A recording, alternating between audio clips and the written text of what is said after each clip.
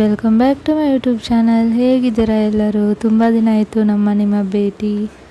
ಈ ವಿಡಿಯೋ ನಾವು ಬೆಂಗಳೂರಿಗೆ ಹೋಗೋದಿರುತ್ತೆ. ಯಾಕೆ ಹೋಗ್ತಾ ಇದ್ದೀವಿ ಅಂತ ಮುಂದೆ ಗೊತ್ತಾಗುತ್ತೆ, ನೋಡ್ತಾ ಇರಿ. ನಾವು 3 ಜನ ಹೋಗ್ತಿರೋದು. ನಾನು ಊರಿಂದ ಮಾರ್ನಿಂಗ್ ಬಂದೆ. ಇವಾಗ 3:30 5 o'clock ಟ್ರೈನ್ ಐತಿ. ಸೊ ಆಟೋ ತರಿಸಿದ್ವಿ ಬಸ್ ಸ್ಟ್ಯಾಂಡಿಗೆ ಹೋಗಿ ಅಲ್ಲಿಂದ ರೈಲ್ವೆ ಸ್ಟೇಷನಿಗೆ ಹೋಗ್ಬೇಕಂತ. ಸೊ ಇವಾಗ ಎಲ್ಲ ಬ್ಯಾಗ್ ಎಲ್ಲನೂ ಇಟ್ಟಿದ್ದಾರೆ ಆಟೋದಲ್ಲಿ. ಸೊ ಇಷ್ಟೊಂದು ಲಗೇಜ್ ಇದ್ದಾವೆ. ನನಗೂ ಹಾಲಿಡೇಸ್ ಇರಲಿಲ್ಲ, ಹಾಲಿಡೇ ಮಾಡ್ಕೊಂಡು ಬಂದಿದ್ದೀನಿ. ಇನ್ನೇನು ಮಾರ್ನಿಂಗ್ ಬಂದಿದ್ದೀನಿ ಇರಬೇಕಂತಂದರೆ ಮತ್ತೆ ಸಾಯಂಕಾಲ ಊರಿಗೆ ಹೋಗ್ತಾ ಇದ್ದೀನಿ. ಬಸ್ ಸ್ಟ್ಯಾಂಡಿಗೆ ಬಂದಿದ್ದೀವಿ. ಈ ಪರಿ ರಶ್ ಐತಿ. ಸೊ ಅದಕ್ಕೆ ಲಕ್ಸುರಿ ಬಸ್ಸಿಗೆ ಹೋಗ್ತಾ ಇದ್ದೀವಿ.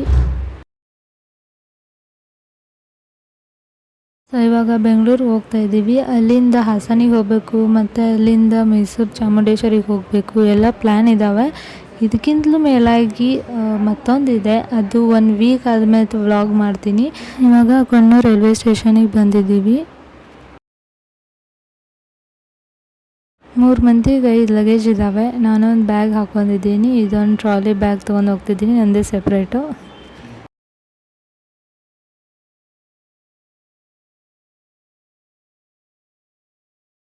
ಟ್ರೈನ್ ಅಂತ ಬಂತು. ಬೆಂಗಳೂರಿಗೆ ಹೋಗೋದು ಎಕ್ಸೈಟ್ಮೆಂಟ್ಗಿಂತಲೂ ಬೆಂಗಳೂರಿಗೆ ಇದಕ್ಕೆ ಹೋಗ್ತಾ ಇದ್ದೀವಿ ಅನ್ನೋದು ಎಕ್ಸೈಟ್ಮೆಂಟ್ ಆಗ್ತಾಯಿದೆ.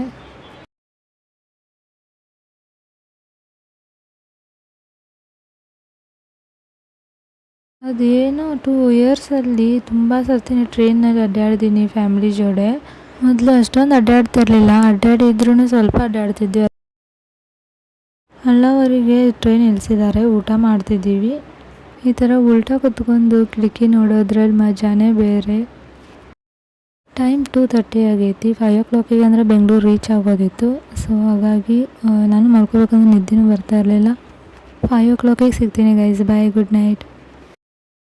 5:09 ಆಗೈತಿ. ಇಷ್ಟೊತ್ತಿಗೆ ರೀಚ್ ಆಗುತ್ತಂತ ತೋರಿಸ್ತಾ ಇತ್ತು, ಇನ್ನೂ ರೀಚ್ ಆಗಿಲ್ಲ. ಸೊ ಎಲ್ಲರೂ ಇನ್ನೂ ಹೇಳ್ತಿದ್ದಾರೆ ಅವರು ಬೆಂಗಳೂರಿಗೆ ಇಳಿಬೋದಂತ ಅನಿಸುತ್ತೆ. ಯಶವಂತಪುರಿಗೆ ರೀಚ್ ಆದ್ವಿ. ತುಂಬಾ ಕನ್ಸ್ಟ್ರಕ್ಷನ್ ನಡೀತಾ ಇತ್ತು. ವಿಡಿಯೋ ಮಾಡೋಕ್ಕಾಗಲಿಲ್ಲ, ರಶ್ ಇತ್ತು. ಪ್ಲಸ್ ಅದೆಲ್ಲ ತಳಗ ಅಷ್ಟೊಂದು ಸರಿ ಇರಲಿಲ್ಲ, ಬ್ಯಾಗ್ ಎತ್ಕೊಂಬರ್ಬೇಕಾಗಿತ್ತು. ಸೊ ಅದಕ್ಕೆ ಮಾಡೋಕ್ಕಾಗಲಿಲ್ಲ. ಸೊ ಇವಾಗ ರೀಚ್ ಆಗಿದ್ದೀವಿ, ಎಕ್ಸಿಟ್ ಆಗ್ತಾಯಿದ್ದೀವಿ. ಕ್ಯಾಬ್ ಬುಕ್ ಮಾಡಿದ್ರು, ಮನೆಗೆ ಹೋಗ್ತಾ ಇದ್ದೀವಿ.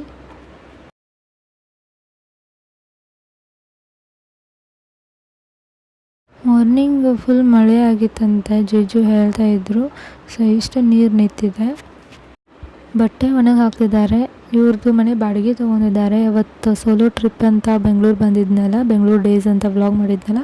ಸೊ ಅವಾಗಲೇ ಅಂದ್ಕೊಂಡಿದ್ದೆ ಹೋಮ್ ಟೂರ್ ಮಾಡೋಣ ಅಂತ. ಬಟ್ ನನಗೆ ಯಾಕೋ ಬೇಡ ಅನ್ನಿಸ್ತಿದೆ. ಅವರು ಸ್ವಂತ ಮನೆ ತೊಗೊಳ್ಳೋಣ, ಮಾಡ್ತೀನಿ ಗೈಸ್. ಬಂದ ದಿನವೇ ಫ್ರೆಶ್ ಅಪ್ ಆಗಿ ಸ್ವಲ್ಪ ಹೊತ್ತು ನಾಷ್ಟ ಮಾಡಿ ಇವಾಗ ಹಾಸನಿಗೆ ಹೋಗಬೇಕು. ಸೊ ನಿಯರ್ ಅಲ್ವಾ, 2 hours. ಸೊ ಹೋಗ್ತಾ ಇದ್ದೀವಿ.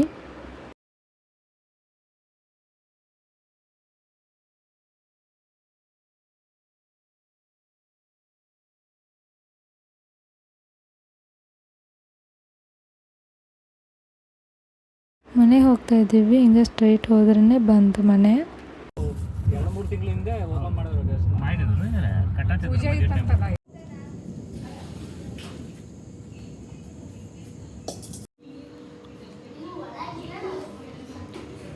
ಬರೋವಾಗ ಎಷ್ಟು ಬಿಸಿಲು ಇತ್ತು. ಇವಾಗ 4 o'clock ಆಗೈತಿ. ಎಷ್ಟು ಜೋರು ಮಳೆ ಅಂದರೆ ನಿಲ್ತಾನೆ ಇಲ್ಲ, ಅಷ್ಟು ಜೋರು ಮಳೆ. ಎಲ್ರಿಗೂ ಶೆಕೆ ಆಗ್ತಾಯಿತ್ತು. ಸೊ ಅದಕ್ಕೆ ಹೊರಗಡೆ ಕುಂತಿದ್ವಿ ಗಾಳಿಗೆ. ಇವ್ರದ್ದು ಎಳ್ನೀರು ಮಾವಿನ ಹಣ್ಣು ತೋಟ ಇತ್ತು. ಸೊ ಅದಕ್ಕೆ ಕಿತ್ಕೊಂಬರಕ್ಕೆ ಹೋಗ್ತಾ ಇದ್ದೀವಿ. ಇಂಥ ಮಳೆಗಾಲದಲ್ಲಿ ಇವು ಬೇರೆ ಪಿಕಾಕು ತುಂಬಾ ಒದರ್ತಾ ಇತ್ತು ಎಷ್ಟು ಚೆನ್ನಾಗಿ. ಸೊ ಅದರಲ್ಲೂ ಗಂಡು ನವಿಲೆ ಜಾಸ್ತಿ ಕಾಣಿಸ್ತಾ ಇತ್ತು.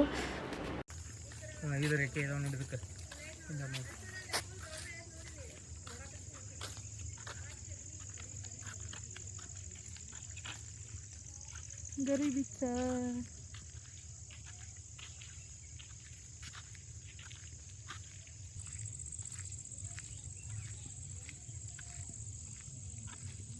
ಒಂದು ಸರ್ತಿನಾದರೂ ನೋಡಬೇಕೈತಿ ಪಿಕಾಕ್ ಡ್ಯಾನ್ಸ್ ಮಾಡೋದು ಹೇಗೆ ಮಾಡ್ತದೆ ಅಂತ.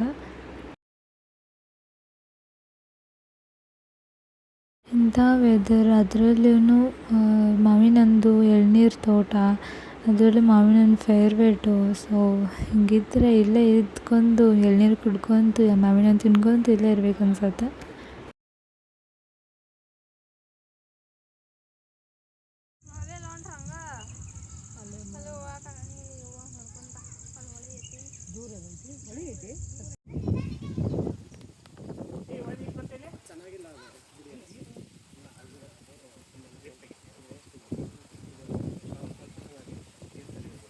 ಇವ್ರದ್ದೇ ತೋಟ ಇತ್ತು. ಸೊ ಕಿತ್ಕೊಡ್ತಾ ಇದ್ದಾರೆ. ನಮಗಂತೂ ಬರೋಲ್ಲ.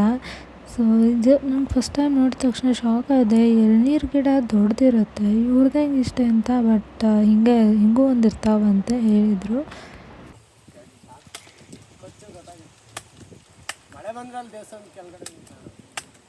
ಕುರಿ ಕಾಯೋಣ.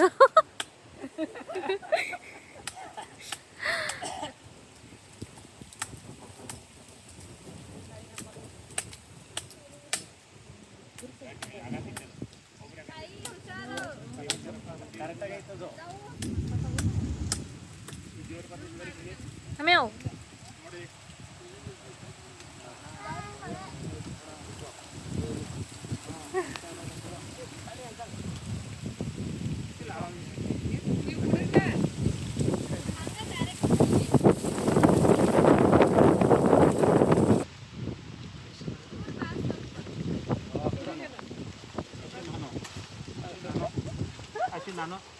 ಮಾಡಿ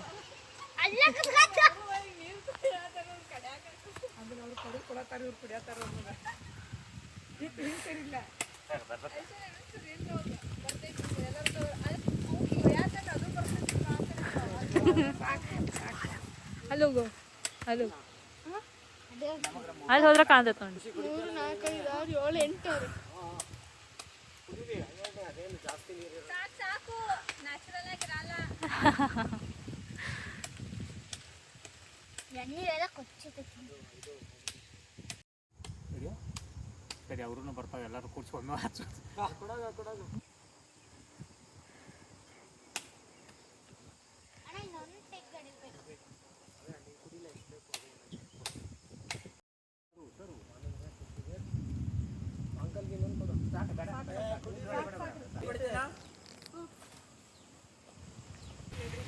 ಎಸ್ಕೇಪ್ ಮಾಡ್ಕೊಂಡು ಹೊಂಟಾಳ್ರು. ಕಳೆ ಕಳೆ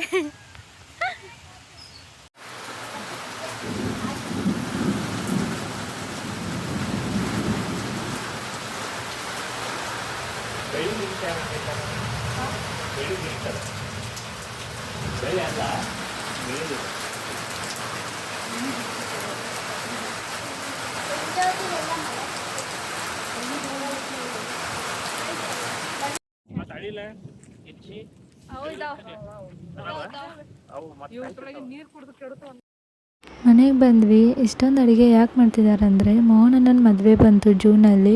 ಅವ್ರ ಹುಡುಗಿನ ಮನೆಗಿನವರು ನಮ್ಮ ಮನೆಗೆ ಬಂದು ಕರೆಯೋರು ಇದ್ದರು. ಅದು ತುಂಬ ದೂರ ಆಗುತ್ತಲ್ಲ, ನಾವೇ ಇಲ್ಲಿ ಬಂದಿದ್ವಲ್ಲ ಎಷ್ಟಂದ್ರೂ, ಅದಕ್ಕೆ ಇಲ್ಲೇ ಬಂದು ಕರೆಯೋಕೆ ಬಂದಿದ್ದಾರೆ. ಸೊ ಅವ್ರಿಗೂ ಊಟ ಮಾಡಿಸ್ತಿದ್ದಾರೆ.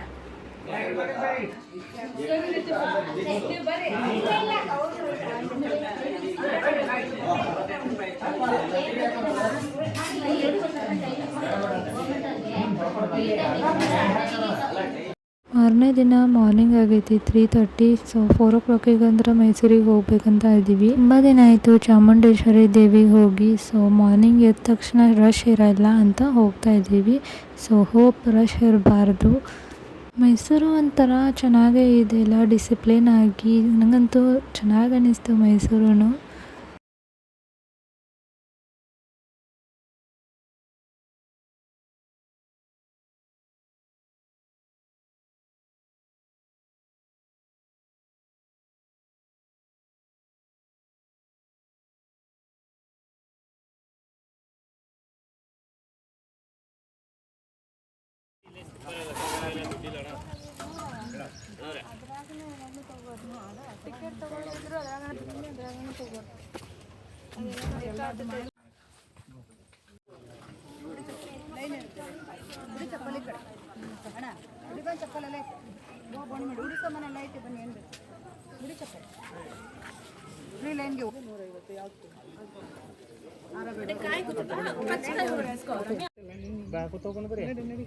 ನಿಮ್ಗೆ ಕೊಡ್ತೇವೆ ಬಂದ್ಕೊಳ್ಳಿ ರೊಕ್ಕ ತಕ್ಕೊಂಡು ಅಲ್ಲಿ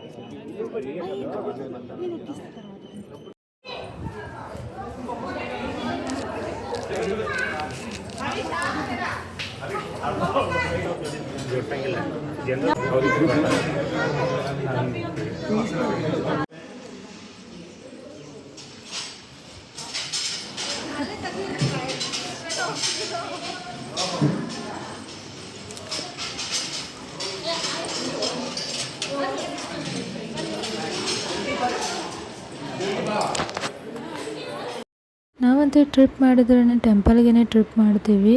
ಅದರಲ್ಲಿ ಆ ಟೆಂಪಲ್ದಲ್ಲಂತೂ ಬೋರ್ಡ್ ಹಚ್ಚಿ ಬಿಟ್ಟಿರ್ತಾರೆ, ನೋ ಫೋಟೋಸು ನೋ ವಿಡಿಯೋಸ್ ಅಂತ. ಸೊ ಹಿಂಗಾಗಿ ಒಳಗಡೆ ದೇವ್ರದಂತೂ ಫೋಟೋ ತೆಗಿಯೋಕ್ಕಾಗಲ್ಲ ಗೈಸ್. ಇವಾಗ ಎಕ್ಸಿಟ್ ಆದ್ವಿ ಗೈಸ್. ಏನು ಸಖತ್ತಾಗಿ ದರ್ಶನ ಆಯ್ತಂದರೆ ದೇವ್ರದ್ದು. ಯಪ್ಪ, ಇಷ್ಟು ವರ್ಷ ಅಲ್ಲಿ ಬಂದ್ವಿ, ಖರೆ ಈ ಪರ್ಯಂತ ದರ್ಶನ ಆಗಲಿಲ್ಲ. ಸೊ ಅಷ್ಟು ಚೆನ್ನಾಗಾಯಿತು. ಅದು ಪೊಲೀಸ್ ಅವರಿಗೆ ಸ್ವಲ್ಪ ಎಕ್ಸ್ಕ್ಯೂಸ್ ಮಾಡಿ ಒಳಗೆ ಬಿಡ್ರಿ ಅಂತ ಹೇಳಿದ್ವಿ. ಸೊ ಹಾಗಾಗಿ ಚೆನ್ನಾಗಿ ದರ್ಶನ ಆಯಿತು.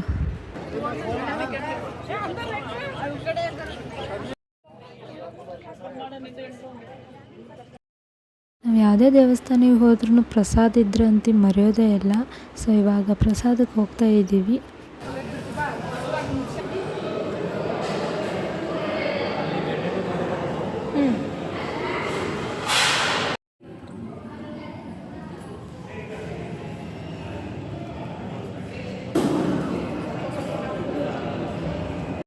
ಅಲ್ಲಿ ಏನಾರ ಕಾಣಿಸಿದ್ರೆ ಸಾಕು, ನಮ್ಮ ಅಕ್ಕ ಅಂತ ನಿಂತ ಬಿಡ್ತಾಳೆ ಹೋಗಿ.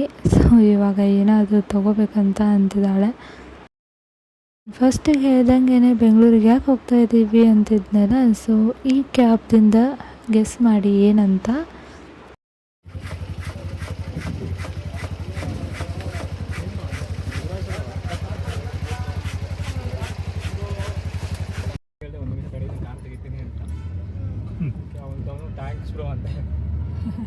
ಅಲ್ಲಿಂದ ಮತ್ತೊಂದು ಟೆಂಪಲಿಗೆ ಹೋಗ್ತಿದ್ದೀವಿ, ಕೆಂಗಲ್ ಹನುಮಂತ್ ಅಂತ. ಸೊ ಅಲ್ಲಿಗೆ ಹೋಗ್ತಾ ಇದ್ದೀವಿ. ಇವಾಗ ನಡು ಬ್ರೇಕ್ ಬಿಟ್ಟಿದ್ದಾರೆ, ಐಸ್ ಕ್ರೀಮ್ ತಿಂತಾಯಿದ್ದೀನಿ. ಗೈಸ್, ನಾನು ಬ್ಲಾಗ್ ಮಾಡೋದಕ್ಕೆ ಇನ್ಸ್ಪಿರೇಷನ್ ಇವರೇ. ಈ ಟೆಂಪಲ್ ಅಂತ ನಾನು ನೋಡೇ ಇಲ್ಲ, ಬಟ್ ಡಾಕ್ಟರ್ ರಾಜ್ಕುಮಾರ್ ಅವರು ಈ ಟೆಂಪಲ್ ಮೇಲೆ ಹಾಡಿದರು. ಕೆಂಗಲ್ಲ ಹನುಮಂತರಾಯ, ಓ ಕೆಂಗಲ್ಲ ಹನುಮಂತರಾಯ ಅಂತ ಸಾಂಗ್ ಹಾಡಿದರು. ಸೊ ಅದು ಸಾಂಗ ನೆನಪು ಅಂತ ಗೈಸ್ ಈ ಟೆಂಪಲ್ ನೋಡಿ.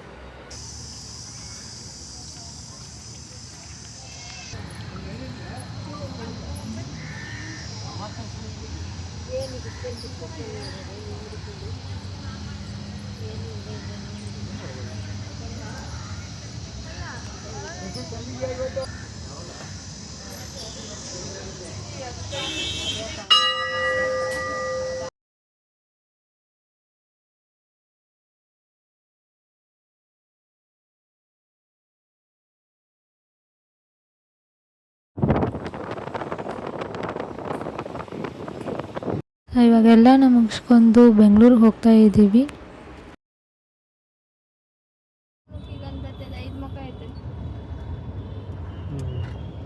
ಇವಾಗ ಮನೆ ಬಂದ್ವಿ. ಇಂಥ ಸಮರಲ್ಲಿ ಹೊರಗೆ ಅಡ್ಡಾಡಬಾರ್ದಾಯ್ತು, ಹಂಗೆ ಬಿಸಿಲೈತಿ ಹೊರಗಡೆ.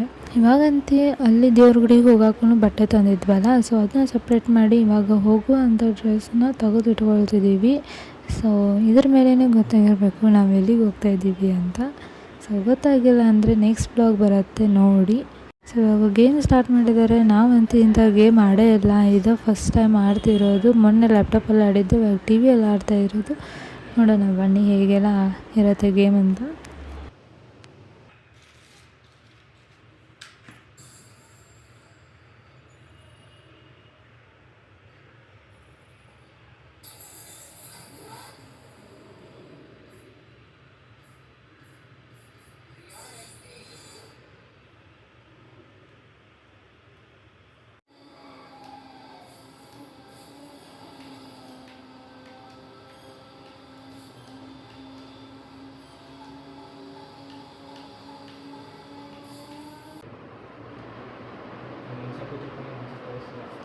ಟಚ್ ಮಾಡ್ತೀವಿ